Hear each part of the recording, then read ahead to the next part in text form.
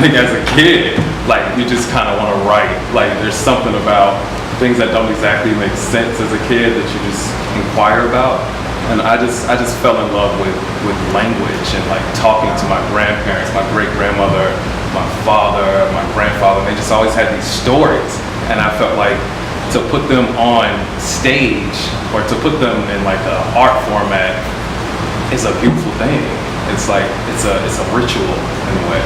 I went to a workshop, and then we had to write all these assignments, and I was like, I don't know if I can do this, but I run with it.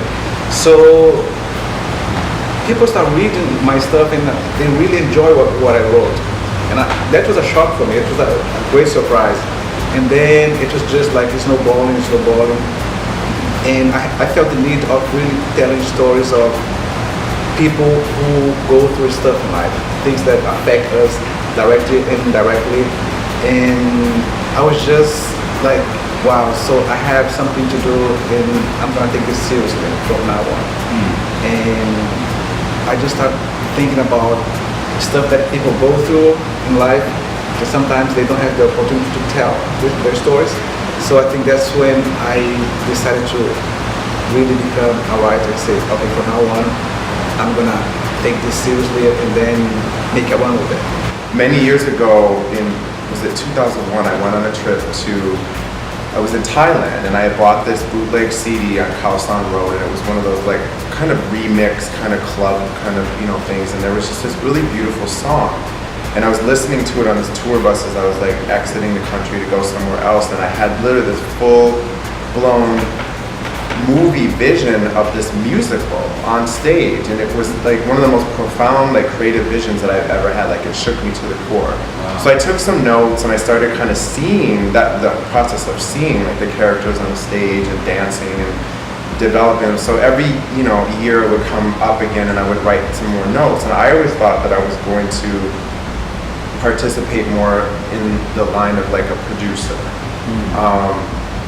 And then after moving to New York in 2005, like I started going to a lot of theater, and I think 2 or 3 years in, one day it was literally like this bell went off, and it was like, okay, that project, like it's time, and you're going to write it. And I was literally like, what? For me, I would say first, because I think that you guys are ahead of me. I've only had a 10-minute play fully realized at this point. There with the Fire This Time Festival, which is amazing. And that was it my 4th time doing the festival, I think the 3 times, 3 times prior I had been an actor. Actually, each piece that I did was an actor who also wrote. Jocelyn Dio, Josh Wilder, and Eric Lockley. And so then here I am, and I wrote a 10-minute play. And it was the beginning of taking the lid off of, I think, Love the Voices. And as I said, I was writing since I was 11, 12, but then I said, I am an actor, and I'm going to be in this box. When I was at school, I was taking a lot of playwriting classes, but then still, with extracurricular, and still, I was like, I am an actor, got into this acting game. All of a sudden, I wrote that 10-minute play. This Kevin Arfree was like, when are you submitting your play, your writing? I kept saying, I'm a writer too, talking to people about it. And they were pressuring me to do it in a good way. And that took the lid off of it, and now I have 5 plays, actively in development. I have an aunt in Minneapolis who calls what we do world building. I think I was talking to you about that. And I just think that's so amazing. So I feel like when I connect to things on that level where there is really this whole other world that either I've tapped into or that I'm creating, and I'm holding that, then I feel like there's just this sense of worth and commitment and value to it. Well, I personally have tears that just pour out. Yes. Like, I don't know if y'all ever have that when you're writing. It's just like, there's this rush of tears. You can't exactly stop it. It's kind of like you've been called or something like that. And it's just like, I was writing one of my plays, Hoodsicle, and one of the characters, I was talking to my friend, and while I was writing and trying to just discover it, and I got this epiphany that both of the two characters were twins. And then I just started bawling, and I couldn't stop crying. I was like, why am I bawling after like hearing that kind of message? That's why it feels like it's just like, it's divine order or something through spirit that is supposed to be here. And that's like, that is good, that is worthwhile, whether like it doesn't get the best reception or not. Really, like I sit down all of a sudden and I feel like hit with something and tears do come, and I can feel like a spirit. It's like where I act from, but like even deeper. And so it's closer to the source from where I act from. And it's instead of interpreting someone else's story and aligning my cosmic or my energetic narrative with theirs, it's just purely where I'm coming from. And so I do wonder if I should like always be so apt and so quick to change my original plan, my original translation of spirit. Like, should I change that based on what another structure or another man or woman says is right? When I write something and people say, I show somebody and I ask somebody's opinion, and they say, oh, I really like this, but I'd like to change this, such and such and such, it would be different. There's always people saying, oh, but we can do this different than this and that, we can change here and there. And I'm very strong about not changing things when I write, unless it's really necessary. Otherwise, I just, for example, this play that I wrote, Brother Soul, and a lot of people came to me and they wanted to change things. The actors, the directors, everybody. And I was like, no, I'm not gonna change anything. That's how I see it. And I like this, but you have to change like here and there because people are not going to understand. And I have the point to say, if people do not understand, they can find a way and ask questions and see from different points of views. But I don't want to change anything unless it's really, really necessary. And at the end, they say, oh, it makes sense. My characters are very vulgar in a sense. Not even vulgar, they're free. They have freedom of speech.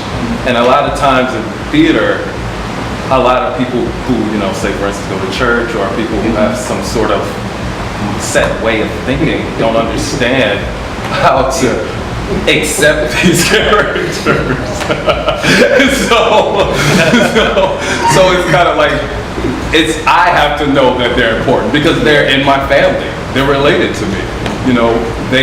They're talking about certain subjects. So it's like, it's difficult for people sometimes to embrace your characters or your vision because they have sometimes their own perception of how it should be. I really fall in love with all my characters.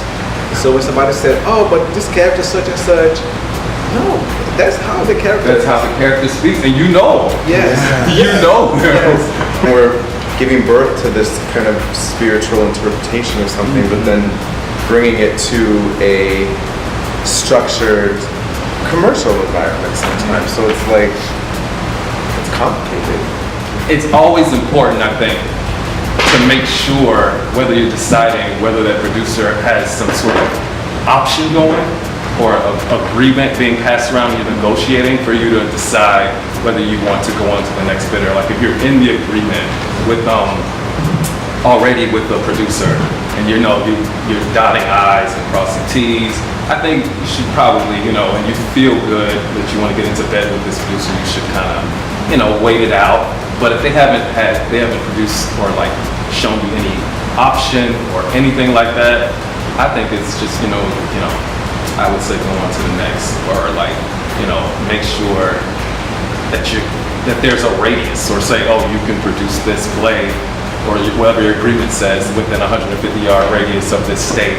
So that gives you permission to be like, okay, I'm going to go to Chicago and send it to Chicago theaters, or I'm going to go send it to LA theaters, you know, whatever that radius is, so that your play is constantly being put out there. Because if you just put all your eggs in one basket, you know how that goes.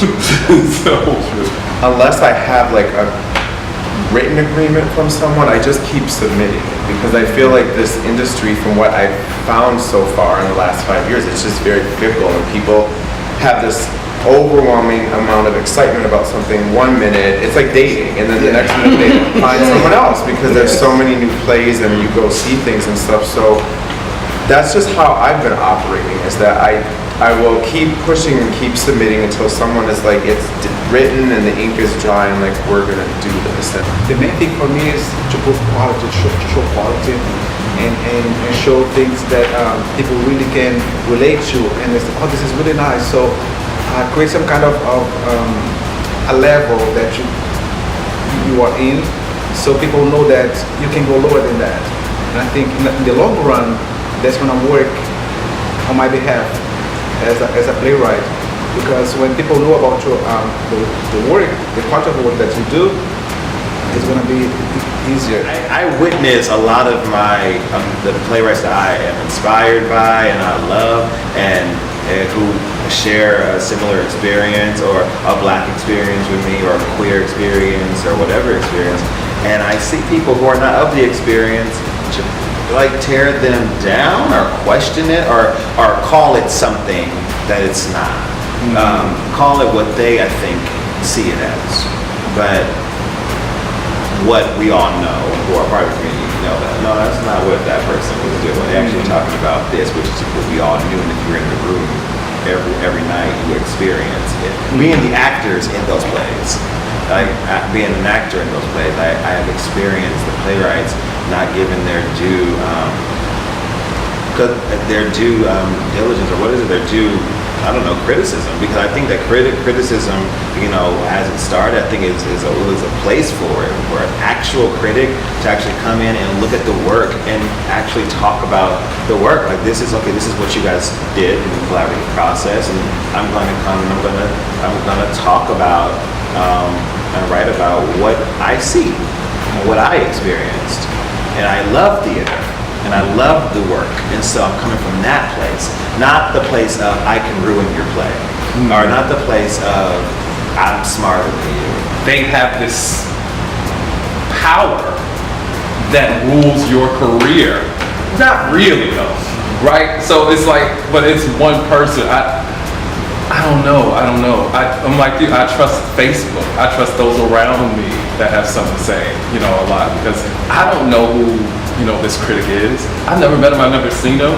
I don't even know if they're attractive to me. You know? So who are they? It is a part of it, and I know that it does. It did then more than now. It sells tickets. It can ruin a show. It can save a show. Mm-hmm. But I believe that the real this is hard to say because this sounds like a blanket statement. Let it go. Okay, but I feel like the real plays, the ones that really stand the test of time, that are chameleonic in their appearance and their storytelling, they can go to any audience and stand firm and like really communicate and bring an audience to catharsis and help those people deal with their shit without them even knowing that's what it's doing. Yeah. I think that those kind of plays, no matter what kind of review they get in the time that they premiere, will always survive and thrive. My first negative review, like in a group when I was like in a workshop, I wrote this short play about an immigrant family who came to America. And nobody liked it. Like anybody, like I couldn't find anybody who could understand that. Mm-hmm. And everybody was like, no, Victor, this doesn't make sense. This doesn't work. And I was like paralyzed in a way. Mm-hmm. And people came to me because they thought that I was having something. Mm-hmm. I was about to have a stroke or something, because I was like, I was in a state of shock. Everybody came to me like, are you okay? And I was just listening.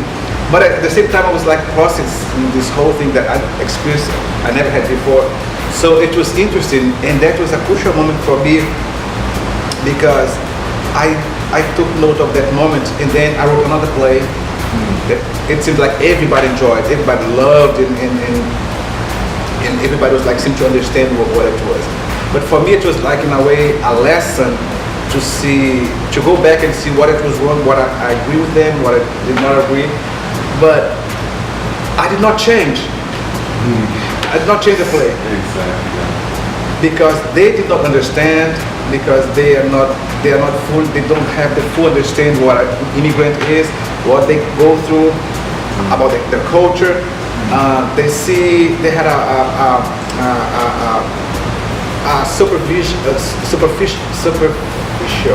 vision of what it is. But when it really comes down to that's what happened, that's what people really go through. And sometimes what I learned is like people don't want to deal with that. It's too much. It's too much. And that's why they have like some resistance, and they give like they describe in a way that is comfortable for them. John, my director of False Brotherhood, really helped me as far as asking questions. Like, Yes. what do you think of this? What, like, not saying, oh, you should do that. You should write that. You Yeah. should do, It's just like, how do you feel? Asking the questions.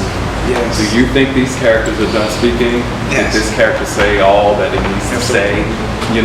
That really helps out a lot. And as I've kind of progressed through this in the last couple of years too, like I am very particular about who I really will sit down and listen to. And I have a dramaturg that I work with sometimes, and we just had a meeting the other day. She's really hardcore. Like she will be like, "This is stupid," but when she says it like that, and not like I'll always make the change because of it, but I trust her. Yeah, it's a I difference. trust It's a her difference, with yeah. my child's life. But I feel like I connect more with things that are here and now that I can touch and really like look at Yes. people when I'm walking down the street rather than looking at my phone. And because I respond a lot to what I hear and languages and conversations that I pick up on the street or on the train. And when I was always like on my phone, I couldn't really connect with this reality. But I went through a period where I was just like, I was in rehearsal acting, and I was playing Macbeth, and I was with my lady Macbeth, and I was like, do you want to run lines? And she was like, sure. But what was going on was that when I was doing my lines, my long monologues, she was texting. And I was just like, oh, we're running lines, but you're texting, oh, because I have this long, we're just running lines. And I was like, what the hell is going on? And I think this is like late 2012 when social media was really getting that to where it's like everything, And then after I was done with that show, I was like, I know I needed a break playing Macbeth. I needed a break. And I was just like, I'm gonna turn off my phone and I'm just gonna write. I'm gonna focus on writing. So I turned off my phone for 6 months, and I was like, I'm gonna correspond through email and by letters, because I'm one of those people. I love writing out what I'm doing, And then there was a time I think my phone broke, and I had all these notes of writings, and I was so fucking pissed that all my notes were like gone, and I had to get a new phone. I was like, I can't do nothing with this. So I was like, I got a composition notebook back. I mean, I always kept a composition notebook for a journal. I was just like, I need to really just focus on writing right now. Focus on a connection with what I'm doing. And I kid you not, it was the best writing I've done my entire life to date. And I use social media just to promote things and to keep in touch with friends that I have spread all over the world. But I don't get engaged in that conversation hours and hours in there. And I tell my friends, if you want to talk to me, tell me when I can call you, and then because I don't have the time to be like engaging in Facebook, long conversations on Facebook. Yeah. There's nothing inspiring for me like there to see it and that I can use as inspiration for my plays. The inspiration that I get is from people in the streets, people that I see, people that I speak, something that I see is happening. But it's a lot, and people are so addicted to social media. It's become like you don't have soul anymore. You don't have soul. It become like just this thing. like, you don't want to talk to people anymore. I was just talking with this actress because I want her to be in one of my next play, and I leave her a message, and then she responds to me on Facebook. And then I call her, leave another message, and she texts me. and we go back and forth, and I was like, can you please just tell me, because she said, oh, I can talk right now, so just let me know when you can talk. Yeah. But it's just like, it's not that she cannot talk, it's just because she wants to communicate that way. And I was like, no, if you want to talk to me, let's talk over the phone, let's meet up, because otherwise this is not happening. But I have to like be a little sympathetic with her, because there's something it's like a fever everybody's doing. So if you're not doing this, you're not cool. And it's like, where are we going from here? But what I've noticed what is happening, a lot of people are saying, is that playwrights are going to television and writing for television. And I think, hey, you know, you got to pay your bills in a lot of cases, you know, because playwriting is a difficult field. But I think the writing is getting much better, and I do feel like I'm watching some sort of like play in a way. Sometimes with television, especially a series now. You had that quality, that feeling. I remember those moments when it would just get so quiet, and because it was video and you could kind of hear the air in the studio. It was like being at a play. And then things got really kind of shitty for a while, and I think then we went into the age of just the really awful sitcoms that were fun and like kind of guilty pleasure. But now, because we have all these new platforms with streaming, and I think that's why a lot of playwrights are transitioning and the work is getting better, because it's not network TV. Most of the good stuff that you see is on Netflix and Amazon, and they don't have all of the restrictions. So I'm really excited now because, you know, like is it Transparent on Amazon? Yes. Which is just, I can't get enough of it. Like, it's like the episodes are so short, and then I watch it all in like a few hours, and I'm like, I want more. And it's just the quality, the character development, and you know, we were talking about Nurse Jackie. Oh and I my turned God, him on you to turned that, into Nurse Jackie.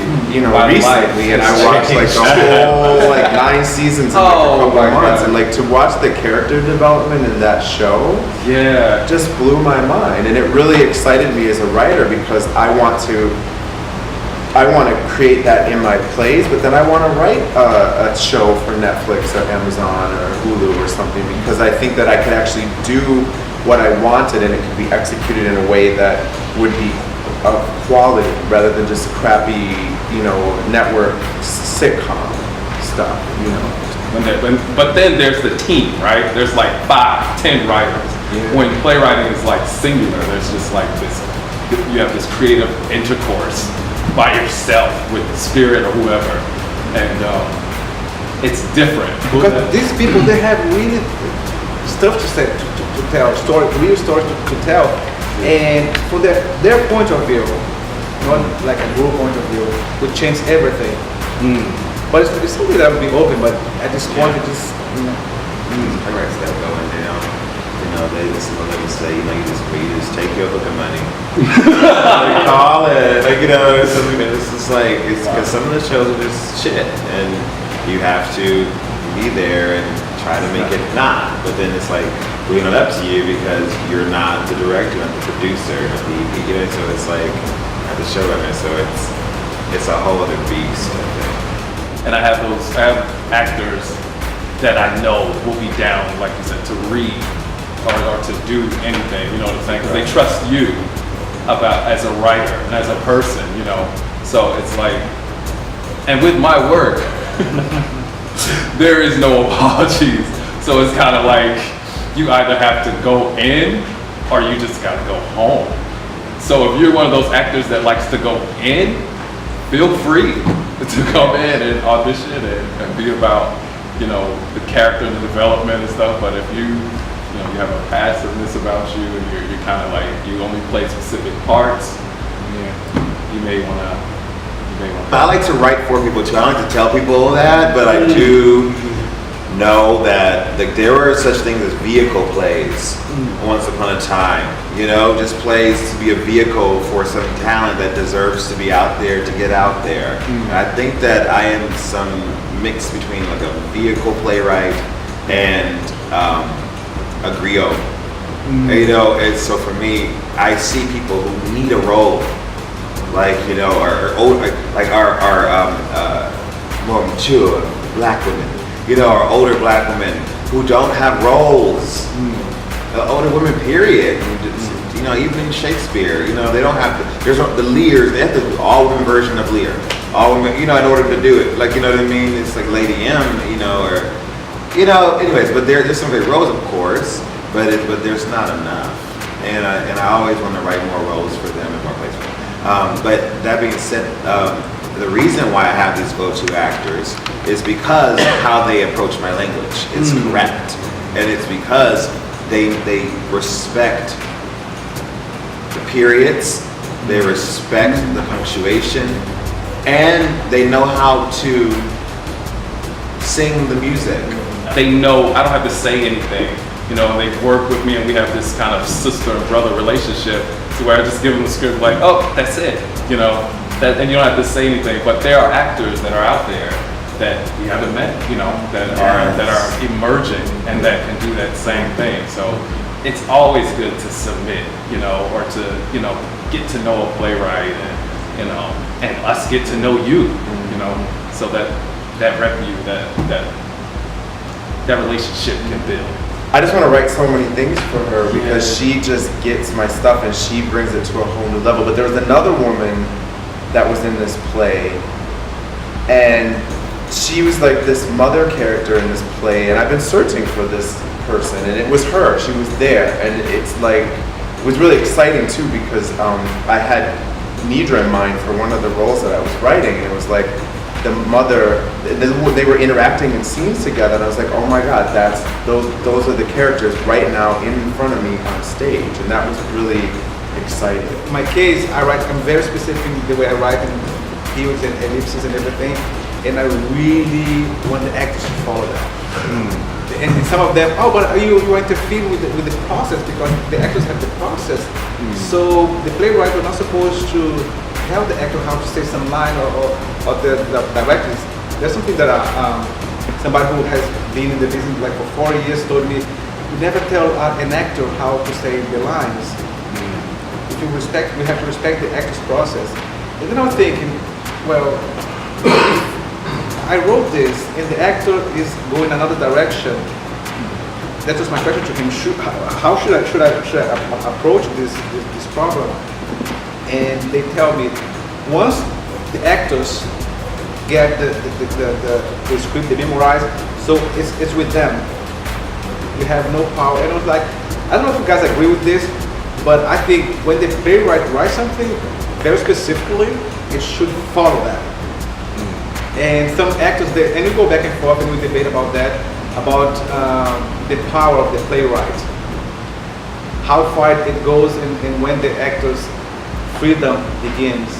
I don't know. I enjoy the diverse interpretations, and I feel like once I bring it into the room at that level, that I have to relinquish to. So there are certain things that I just can't, that are non-negotiable, but there are other things now like that I just like, well, I'm willing to try.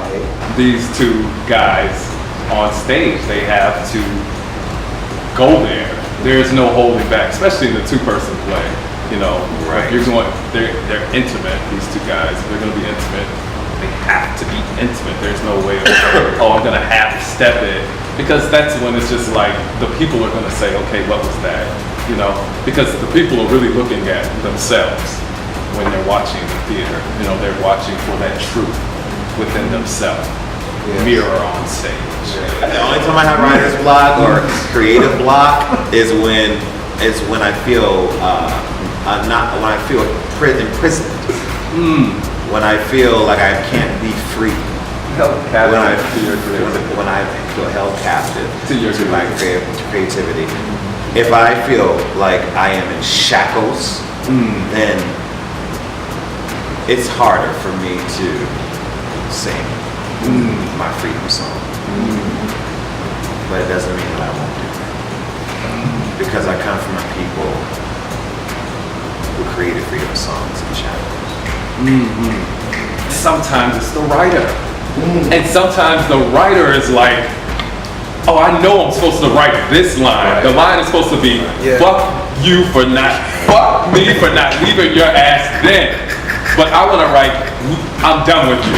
But you know that the truth is that line that sets everybody free. Because, and I was telling John this the other day, it's like, when people are free, when you're free, we fall in love with you. Because we're falling in love with ourselves and the idea of us being free. I'm writing a play where I have this family, and the idea that I have of a mother is someone who's like, it's purity. It's like we're not gonna imagine her cursing or saying something out of the ordinary. So I had this idea for the mother, and I was blocked. I couldn't write anything else because I put her on this pedestal, and it's not like real life is. It's not like mothers really, because we create this idea that how she was supposed to be, how she was supposed to interact with society and her family. So I had her in this pedestal, and then I came to a point where I was blocked. And then until, it's funny that you're saying this, until she said a cursing word, everything was free. Everything broke loose. Because she's human. She's human.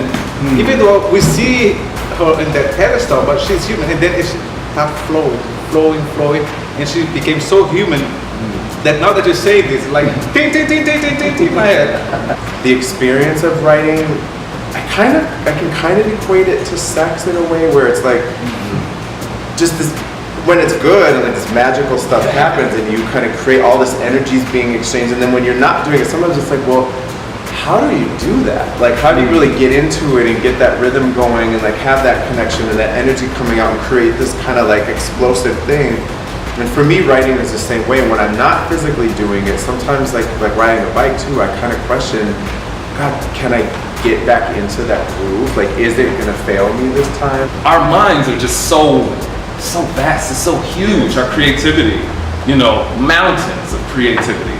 So it's like, if you just, like I was saying earlier, just tell your truth or tell your imagination, show your imagination without apology, with freedom, you're gonna set somebody free, and somebody may not be able to stay there. They may have to get up and walk out of your show because they're like, okay, that's too real. I'm a little afraid of that. There's people tell me all the time, when you write a play, we're gonna be improving all the time, we're gonna be changing along the way. As years pass by, you're gonna change. And the classic, I think about Lauren Hansberry. When you see that play, Raising the Sun, what are you gonna change about that? No, it's perfect. It's perfect the way it is. And so many others that we were talking about, I'm so sorry, because we were saying this is one of the can't change that. I can only imagine her, like, if somebody comes to her and tells her, now times are changing, and so it would be nice if you change the situation here and there or that scene. No, it's perfect the way it is. And I think when you change too much, we are changing the original story, because that's why I'm so adamant about keeping my vision on a play, because that's what I wrote, that's what I believe at that time. That's what 10 years from now, 20 years from now, people are gonna see this differently. If I keep changing, it's like losing originality. But I think the perfect play do exist, and when I go through Tennessee Williams, his plays, and especially Lauren Hansberry, I'm so much in love with that play. I mean, if somebody says something about change that play, it's gonna be a fight. It's gonna be a fight. Being someone who's been only an actor in that process a lot, and in like the best development, like there are places like the Lark, like there's places, New Dramatists, all over the country. There's great places. And there are wonderful writing groups, and then we all come around and we talk about each other's plays, and then and we say to piggyback on, and we say things like we say right after everything we say, who do that, like right, and I think that the character wants to go, right, is she, when people, I'm feeling like the playwright, because I'm like, okay, now we're talking in this way. Now all of our plays are going to be the same because everyone's trying to have the same conversation, right? And it's like, and I get that that's a way of talking in academia and being a very intelligent conversations, and great work comes out of it. But I don't want my play to be stuck in development purgatory or some sort of, because maybe I'm not that kind of a playwright. I don't think that the reason why I think a play is never finished, because I think a play is perfect and that it's always imperfect, because Lorraine Hansberry actually, there was a gunshot at the end of the play when they left, and then it had to be struck before it went to Broadway, and then it's like that's not in the play. But that may have been her perfect play, but that's not the play that we do. And it's like, I feel like there are so many, it's a conversation, it's never finished, and that's why it's perfect. And that's why I want to protect my plays and put them up.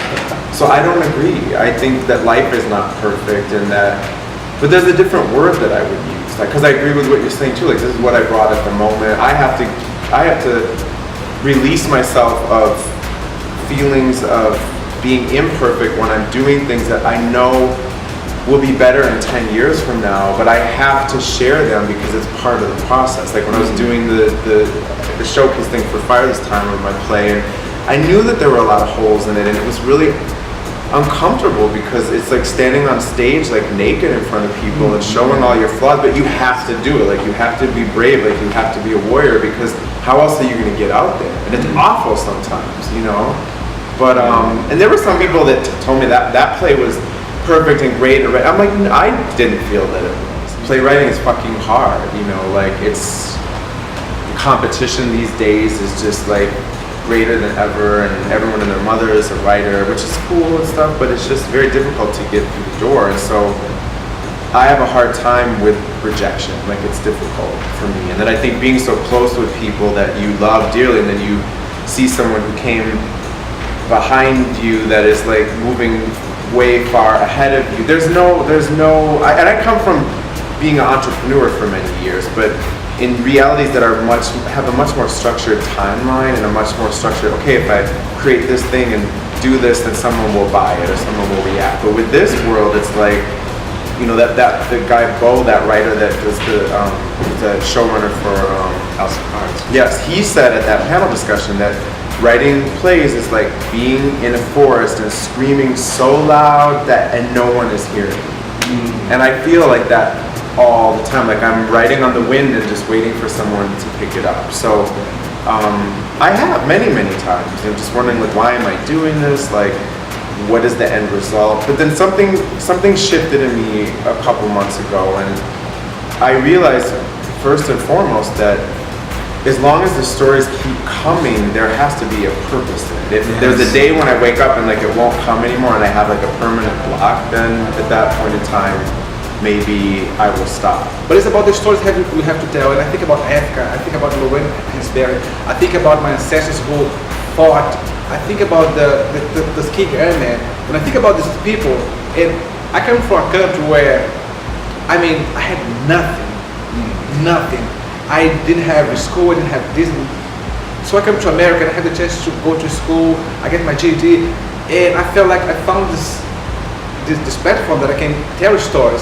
Like, oh, I can tell, and I have this all in me. So I think I have to share with this world, and I can entertain the idea of not writing. Now that I know that I can write, I can communicate with people, and I can change people's lives through, and I can educate people. Magic. I have considered not sharing anymore, but as far as stop writing, I think it won't leave me alone. Like I'm up, Larry, like you, all night. I mean, I'm a night owl, like literally all night writing sometimes a poem for like an hour or 3, just composing, and it won't leave me alone. But I feel like sometimes sharing is a big deal. Yes. It's a vulnerable thing, and then sometimes it's like, you know, a piece that you're working on, you could get into this kind of dispute or argument or fallout with some of the actors or the director or stage manager, just like, am I being appreciated? Like as a playwright, you know? And it's just like, should I just write for myself, keep it all in a binder? And when I transition or when I write a will about all these writings and say, when I go produce this or give rights to so on and so forth, it's just like, it gets like that sometimes, but I'm not too much like that anymore because I feel like you guys, it has to be here. It feels, if it's coming through me and I'm pouring tears about it, it's like giving birth. And because I was blessed not to have a miscarriage, I should produce this play. I should have this out in the world. I cannot stop. So it's just like, that's how I feel. I will share. I have to. Because I'm like, everybody knows me as an actor. So then now I want to be a writer, and they don't take me seriously as a writer. Because those are the thoughts that go in my head. And yes, I have beautiful, amazing examples, and countless writers that are also actors. But there's not many that are really acting, like how we literally doing shows a lot, and then also literally writing a lot. That's a different thing, and I think it can be confusing to people, and that can be distracting to me. But that's not my business. And my business is to continue to do what I cannot not. Well, brothers, as y'all go out into the world and continue writing, I hope that we will stay in touch. Not by social media only, but by connection. So I would like to take all of you guys' hands and spirit. And thank you guys for being here today. And I wish you all the best and a beautiful summer. And please stay in touch. Yes. Continue writing and sharing. Blessings, blessings, blessings always. I share.